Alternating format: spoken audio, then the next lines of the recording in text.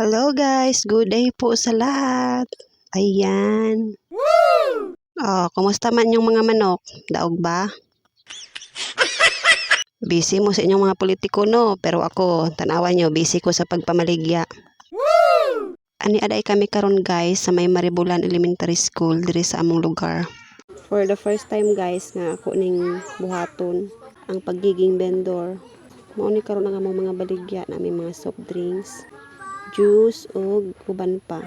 Yan, sayo pa kayo pero gipaningot na ko. Saya-saya mo loads ah.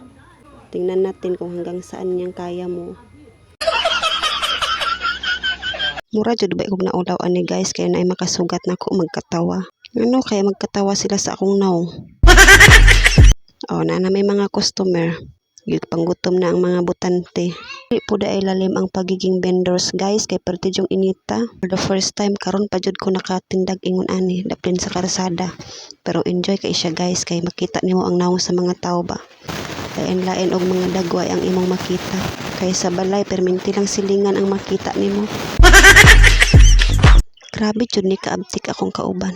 Pagkamay-gamay ra ni nga baye ba pero abtik kaayo. Kusog kaing prutas diri sa daplin sa dalan. Juice ug tubig. Langan pud abtik pud ang tindera para makaapat. O bakit? Pagod ka na? Huwag ka muna mapagod. Madami ka pang utang. Kapoy jud ay kaayo maging vendor guys.